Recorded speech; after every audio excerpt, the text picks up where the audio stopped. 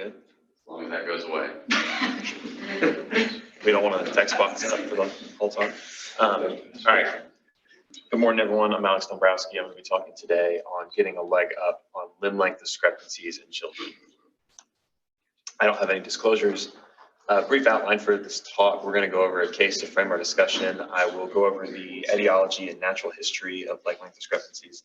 We'll talk about the clinical assessment of these patients, briefly touch on growth timing and prediction of growth. We'll go through the various treatment options and then finish with the conclusion of our case. So our case today will be this 8-year-old female with Beckwith-Wiedemann syndrome and a congenital hypertrophy of the left lower extremity.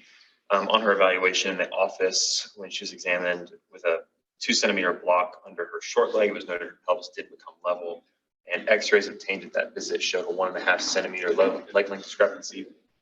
The choice was made at that time to simply observe and have her follow up with 6 months to a year. As far as the etiology of leg length discrepancies, the vast majority that are going to present to our clinics are going to be idiopathic. Just so happens that one leg is shorter or longer than the other one. It can be caused by acquired conditions such as trauma or infection. They can be caused by asymmetric paralytic conditions like cerebral palsy. They can be congenital from congenital femoral deficiency or fibular hemimelia. And although rare, they can be caused by neoplasms. It's important to start by saying what even counts as a discrepancy. I think if I asked most of you, you'd probably say less than 2 centimeters doesn't matter. And that comes from this paper from the late 70s published by Gross, where it's very scientific. He just asked 74 patients that had limb length discrepancies questions about their pain and what they thought about it, and then also asked 21 pediatric surgeons their impressions and what they told patients. And what they found is a considerable variation in what patients' personal assessment of their disability was based on the amount of discrepancy they had. They also found that there was no critical shortening that had to be addressed, but that in general, less than 2 centimeters doesn't seem to be a problem. And so that's now persisted throughout the literature, and we use 2 centimeters as this cutoff. The natural history and how it affects gait, Kaufman et al. Looked at patients with leg length discrepancies and found that discrepancies greater than 2 centimeters did result in some gait asymmetry greater than the normal population. In another study of 35 children with anywhere from 0.6 to 11 centimeter difference, found various types of gait, including circumduction, persistent knee flexion, vaulting over the long leg, or toe walking on the short leg to accommodate. Found that discrepancies greater than 5% of the other leg were associated with increased mechanical work. When we look at effects on the spine, there is data that a limb length discrepancy greater than 9 millimeters can cause some pelvic obliquity and a functional scoliosis, not a true scoliosis that requires surgical intervention. There's some papers that show the Cobb angle in these functional scoliosis can vary in proportion to the amount of discrepancy. But in this paper, there was no back pain reported in any of these patients. There's also, when you look in the literature, there's several papers that have tried to make an association between leg length discrepancies and back pain, but for everyone that I could find claiming some kind of correlation, I could find another one that said there was no association. So the literature is very contradictory on this topic. And finally, about its effects on the hip and knee, there was a series of 81 patients that Tauroth looked at that were undergoing total hip that had a mean discrepancy of only 7.5 millimeters, so less than a centimeter. Found that 84 of the hips were being performed in the longer leg, and he postulated that this was due to dynamic uncovering, maybe some micromotion, if you will, of the hip on the long leg. Harvey et al. Looked at 3,000 patients with knee osteoarthritis over a series of 30 months and found that patients that had greater than 1 centimeter leg length discrepancy did have an increased odd ratio of just having knee arthritis that was radiographic and symptomatic, but also found there was an increased risk on the short leg. So when these patients come to clinic, it's important to obtain a history to find if there's any congenital or neurologic disorders that are known. As far as the exam, looking supine, just estimating the leg lengths, doing a Galeazzi test to estimate femoral length, flipping them prone to estimate the tibial length. You can put a block under the short leg to assess when the pelvis becomes level. It's important to assess for hip and knee contractures, which can produce a functional inequality. And it's also important to watch them walk to see if they are having any accommodative gaits. As far as the radiographic assessment, there's different ways this can be done. One is the scanogram, where you take a separate x-ray of the hip, knee, and ankle. I think at Ortho Carolina, right now they do 2 x-rays, and these are then pasted together. This is more exposure to the child. The child has to remain still throughout the x-rays. The other option is an orthoradiograph, which is a single AP view. But with this, especially in taller children, you can get parallax magnification errors that affect your measurement. There's one paper I found talking about the use of a CT scanogram, which is just a scout view in a CT scanner. So one single X-ray that looks at the, gives you an AP and lateral view. And they found when they compared it to the orthoradiograph, it was 20% less radiation. Obviously, the difficulty with this is scheduling time to go to a CT scanner and the increased cost of using that device. So although there's good data on it, it's less commonly used.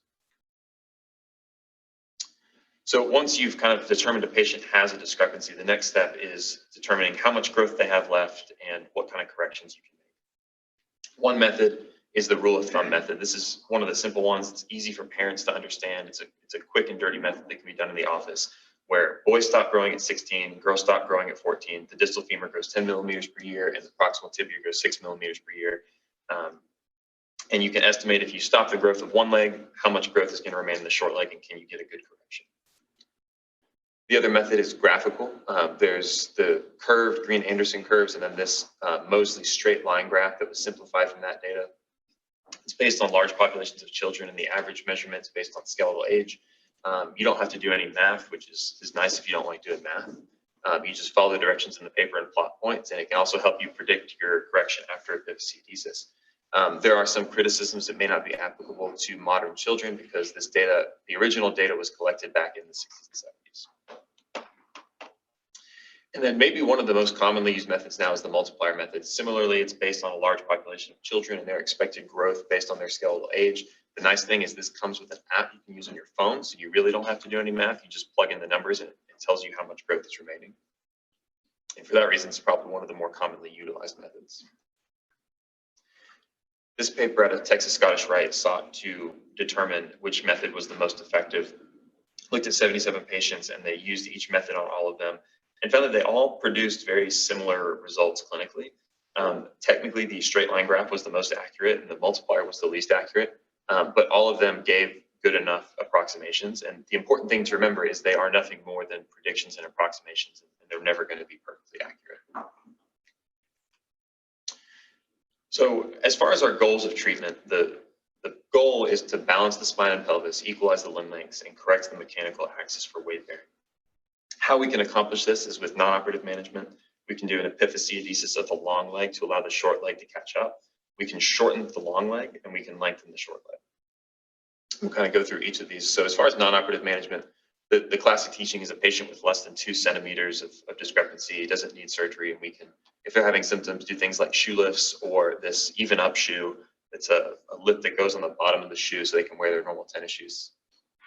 There was a meta-analysis looking at 350 patients and found that 88% that had common symptoms like back pain and knee pain from their discrepancy improved with the use of a shoe lift. So this can be very effective. The next treatment is epiphysiodesis. So this was first described by Themister back in the 1930s, and he described removing a 1 centimeter piece of the physis and flipping it 180 degrees, and found that he could modulate growth on that extremity. More commonly today, this is done with percutaneous techniques such as curettage or large drills. In a series of 57 patients, Chemnitz looked at percutaneous epiphysiodesis with curettes and found 68% good results, which he defined as a correction within 1.5 centimeters. He did have some patients with correction within 1.5 to 2, and 17% were still greater than 2. And they noticed that all of those poor and fair results were due to inaccurate assessment of timing. So that just goes to show the importance of timing assessment, but also its inaccuracies. The complications you can see from this, sometimes we overcorrect and the other leg needs to undergo an epiphysiodesis. And sometimes because we are affecting the growth plate, you can induce iatrogenic deformity. Some other techniques that have been developed is transphyseal screw epiphysiodesis. In the original technique paper, they published a series and saw 82% of the patients were reduced to discrepancy less than 1 centimeter. They noted that there was a delay in the desired effect for up to a year, though, and to account for that when you're planning your surgery. In another case of 40 patients and other similar series, nothing quite reached 82% effective. Most of them tend to quote around 60 to 65% effect at maturity. In this series, though, they saw 9 of the 34 tibial epiphysiodesis they performed developed a valgus deformity greater than 5 degrees, and that they didn't really get much correction at the tibia, and they recommended against this method for tibial epiphysiodesis. The other method is tension band plating. This works by placing the center of rotation outside of the physis, and when done on both the medial and lateral aspects, can put a compressive force across the entire physis.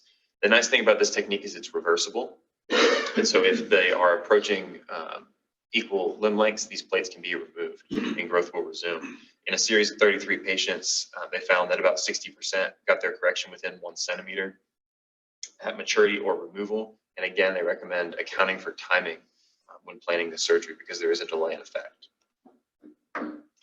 This is a couple comparative studies for the different methods. In one series, they compared tension band plates, staples, and transphyseal screws and found that tension band plates actually got a little bit stronger correction than screws at about 1.1 centimeters per year versus 0.6 in the screw group. They saw similar complication rates between the two. This paper on the right is very commonly quoted in the literature saying that tension band plating is not as effective as ablation of the physis, which is not surprising. However, they don't necessarily discuss if they performed the surgery earlier to account for that delay in effect. And despite these results, tension band plating is still very commonly used because it can be effective if done properly, and it's reversible. So it's nice when if someone begins to overcorrect, you can take these plates out and hopefully keep them equal. Now, for a patient that's reached skeletal maturity, obviously we can't do any growth modulation, but in patients that have that are skeletally mature and can accept a loss of stature, acute shortening is certainly an option. This can be done with either closed or open techniques. Winquist published a series of 154 patients that underwent closed femoral shortening and found good results with corrections up to 3 to 7 centimeters. Some of the complications they saw with this were knee weakness because you're losing some of the tension on the muscles, and in tibial shortenings, some patients did complain of increased muscle bulk because of bulking of the calf musculature. I think in general, this is used less commonly as most patients don't want to be shorter after their surgery if they have the option of being taller. Then the last treatment I want to talk about is femoral lengthening. I don't think you can talk about this without mentioning the basic science work that Lazarov did in his tension stress effect, where he found that tissues exposed to slow, steady traction would become metabolically activated. He found that the quality and quantity of the osteogenesis and the regenerate depended on 4 things: the rigidity of the fixation, minimizing the degree of the biologic insult to your osteotomy site, the rate at which you distract across that osteotomy, and the frequency at which you do your distractions. He also discusses the importance of a latency period to allow some callus to develop around your osteotomy, allow blood supply and the intramedullary vessels to reconstitute. This paper from JBJS in the late 90s sought to determine what the type of bone formation we were seeing with these regenerates. Around the periphery of the regenerate, where the callus was, it was mostly endochondral bone formation. So cartilage formed by the chondrocytes later being replaced by bones. But the vast majority of the bone being formed was actually with intramembranous. So it's not acting like a physis where we see endochondral bone formation. It's more intramembranous where bone is being directly formed by differentiated osteoblasts. And this is partially thought to be due to a release of cytokines and other growth factors that are created when the bone is broken with the corticotomy. They also noted a small percentage of this transchondroid bone formation, which didn't really fit in either category, but there's an intermediate tissue between bone and cartilage formed directly by chondrocytes that transitions from a fibrous tissue to bone occurring over time. But again, the vast majority is this intramembranous formation. The classic lengthening was done with a frame. In this study of 26 lengthenings in children between 4 and 20 years old, they were able to get an equalization less than 5 millimeters, so much more precise than epiphysiodesis was in about 88% of patients. However, this did come with more complications. So a lot of knee and ankle stiffness in 7 patients. There was 1 case of a hip subluxation. Then the other complication with frames is complications associated with the wires themselves, including infections and tetherings. Stanitsky also published on their series of 36 femoral lengthenings. They found that they were able to on average length, 8.3 centimeters. They saw 4 cases of premature consolidation, 2 malunions, and 2 knee subluxations. They saw very similar results in their series of tibias with 7.5 centimeters of correction They had to do 3 TALs for ankle stiffness and some cases of IU.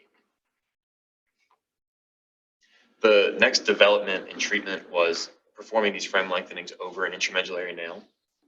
The advantage that this provided was that the frame could be worn for much less time. As soon as the lengthening was complete, the frame could be removed and allowed to heal over the nail that was already in place. This reduced the duration of frame wear by about 50%. It also found that it decreased the time to consolidation, and patients were able to obtain a faster return of their knee range of motion by almost 2 times. The most recent development in lengthening technology of these motorized intramedullary nails, the 2 most commonly used are the Fitbone, which has a transcutaneous transcutaneous sensor that fires the motor within the nail, and then the Precise nail, which has this magnet device that's held over the skin and rotates the magnet within the nail that allows for lengthening.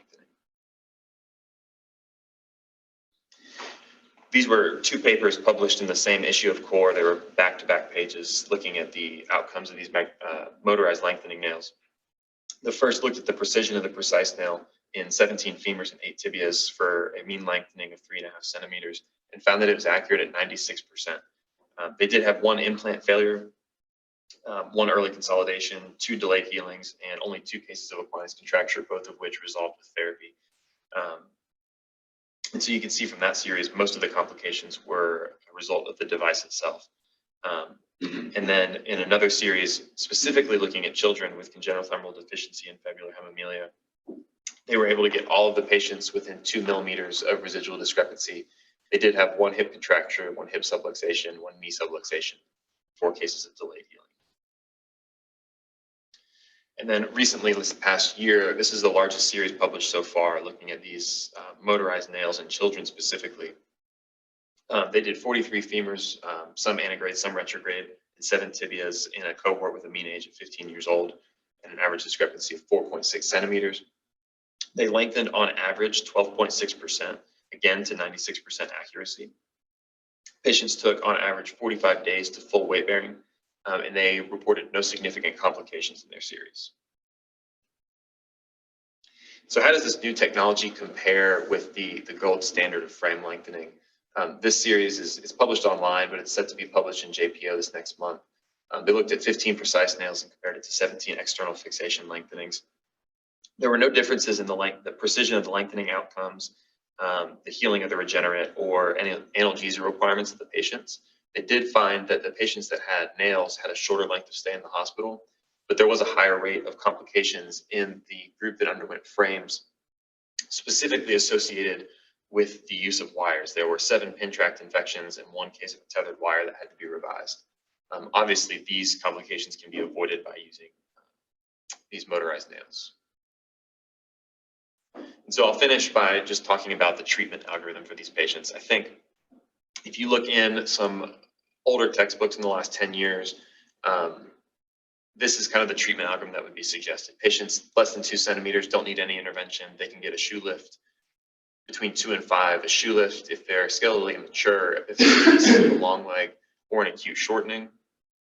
But historically, lengthenings weren't recommended unless there was greater than 5 centimeter discrepancies. And they would also, for larger discrepancies, recommend doing amputations and fitting patients with prosthesis. But I think as technology has improved, this is more of what the treatment algorithm is looking like, so not as black and white. In patients that have less than 2 centimeter discrepancy, there is some data that there can be deleterious long-term effects, and so it's reasonable to consider lengthening in those patients. And then with the advent of these motorized nails that seem to have excellent outcomes with lower complication rates, it's certainly reasonable to consider lengthening in patients with smaller discrepancies. So to finish up our case, so our patients, this is 6 years later now, she's now 13. At multiple visits before this, it was discussed that they should do an epiphysiodesis. However, patients were convinced that her legs would normalize. Now at 13, with a bone age of 13 and a 3 centimeter discrepancy, parents finally want to try epiphysiodesis. So she underwent distal femur, proximal tibia, and proximal fibular epiphysiodesis on her longer left lower extremity. 2.5 years later, she's now 16 years old. She still has a 2.5 centimeter discrepancy. So the timing was off. She had already completed growth and they were unable to get the correction. Her left leg continued to grow about 1 centimeter, and the right grew 2.5, just not enough to correct that remaining discrepancy. This did not improve any more over the next year. And she continued to have some complaints of back pain and ankle pain, and it was decided to do an intramedullary lengthening nail with a plan to lengthen that residual 2.5 centimeters. This is her series of every 6-day x-rays showing her lengthening. And then at 39 days, you can see this mechanical axis view. She does not have any residual leg length discrepancy. This is her now at 10 weeks post-op. She still has no discrepancy. She's healing excellent and plan to remove this nail in the next few months once she's completely healed her regenerate. So in summary, although historically we typically don't intervene on discrepancies greater than 2 centimeters, there is some evidence that even these smaller discrepancies can have some long-term effects. Growth remaining and growth predation have a significant influence on the treatment that you will choose, as well as when you're going to do that surgery. All forms of limb length correction, they do have their associated complications. It's important for patients to be aware of this. We're not just fixing their leg lengths, there's risks associated with that. And there is recent evidence that these new generation of lengthening nails provide good outcomes with lower complications. I'd like to thank Dr. Casey, Pulaski, and Dr. Skinnell for their help with this talk. I'm happy to answer any questions.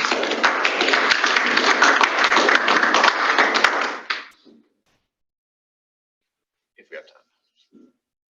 Yeah, I think a minute or two for a couple of questions. I think it was a good overview, and very nice, I think, just from a review standpoint for the residents too, on sort of our approach for leg length discrepancies. I think they keep, and you showed the one paper that compares X-Fix to the intramedullary lengthening. They didn't have any complications with knee stiffness, knee subluxation, hip subluxation, but we have. And so those are complications that can still occur. You're still lengthening. I think from the standpoint of do patients like it, I think that's a pretty much a no-brainer. It is a lot easier to lengthen from a patient's versus an external fixator. But the complications are certainly still there. You were on my service. I think I had 2 lengthenings, I think, over the last 3-4 months. One, very educated family. I spent time with them going through how to utilize and do the lengthenings. And Dad, who's a PhD, basically lengthened in reverse. So they compressed for a week. So that was an issue, and she had to return to OR because her fibula had healed and we couldn't lengthen any further. We had another kid, a little bit of a thicker thigh, but certainly well within the size of being able to lengthen, that we had a complication that we could not, he was not effectively lengthening. So there are issues that can occur. It's just making sure that you're aware of them and making sure you're following those patients closely. I think the other key, and you hit it, we have a lot of natural history studies, and we also have a lot of lack of data for a lot of issues in pediatrics. And even Dr. Gross's paper, which many people quote, it's not all that dissimilar to sort of management of forearm fractures at times too. Because when you really nail down to it, it comes down to Chad Price's opinion article back in the 1980s. And so there is a lot of lack of data for some of the management things that we do. You're very right. There has been a transition in that 2 to 5 centimeter group that we are doing many more lengthenings now with the nail than we were before. And some of it is, kids and families don't want to be shorter. And I see that a lot in clinic. They want to have that 3 extra centimeters versus an epiphysiodesis and be 1.5 inches shorter than they would have been otherwise. So over the last 5 years, especially for me, I think Dr. Casey made a similar comment too. I feel like we're doing more of that in the 2 to 5 centimeter range. So I think that trend will probably continue. But certainly being aware of the complications, at least in our practice, that those complications aren't zero across the board. So I don't think we're that bad at doing it. I think the complications are still there. Certainly. Alex, great talk. I was at University of Maryland when Dror Paley and John Herzenberg were there together, and it was always interesting. But one of the things that I think is under-recognized is how many knee problems these procedures create. because I got caught in a lot on dealing with that. So I would just encourage you all to keep an eye on the knee ligaments when you're doing this, because that's an unintended consequence in a lot of these. Yeah, certainly. Even in this case with Dr. Casey, this patient, through her lengthening, did have some restrictions in her knee flexion. At one point, mid-lengthening, she couldn't flex past 60 degrees, but at most recent follow-up, she's a little bit past 90. So it's coming back, but it certainly is a complication. And I don't know what way to manage that is, if you slow down the lengthening or you do something different, but. Dr. Casey had her hand up. Yeah, one last comment, Jenny. Yeah, I'm here. Hello. Sorry I couldn't be there in person. Yeah, so I had two comments. I can address the question. I think that's an excellent point. And my biggest fear is knee subluxation, knee dislocation, and I've certainly had that. I think it's much more common in the congenitals. So when we're doing like PFFD type procedures, those kids don't have ACLs anyway. A lot of times we'll do ACL, PCL reconstruction ahead of time, like when they're 6 years old, use IT band and reconstruct their ligaments beforehand, but you can still have knee subluxation. So that's something that we watch for really, really carefully, try to have them sleep in extension, PT, all that good stuff. So absolutely, it's on our radar. And honestly, there's no great data, like you can span the knee with a frame and it'll still subluxate if it wants to. So it really, I think it depends more on the biology of the kid. The kids that are trauma related, infection related, and where the leg was actually supposed to be that length that you're going to, it was made to be that length, designed to be that length, I think they do much better. But the ones that are congenital, I think those are the ones you really have to watch for the knees. And then my only other comment was, well, one, a great presentation. Thanks so much for the review. Really nicely done. In the x-ray portion, one of the reasons why we hate scanograms, which is just shows the ankles and then just the knees and then just the hips, is because there's frequently deformity in between. So lengthening isn't just in isolation. And you'll see on this kid, this example here, I purposely tipped her into a little bit of varus because she was in a little valgus. So that's why we get those standing AP, bilateral lower extremity joint surveys, because it tells you length and deformity. So, but really, really good talk. Thanks so much. Thank you, Dr. Casey. Great. Thanks to Dr. Dombrowski and Dr. Yarm. Thank you.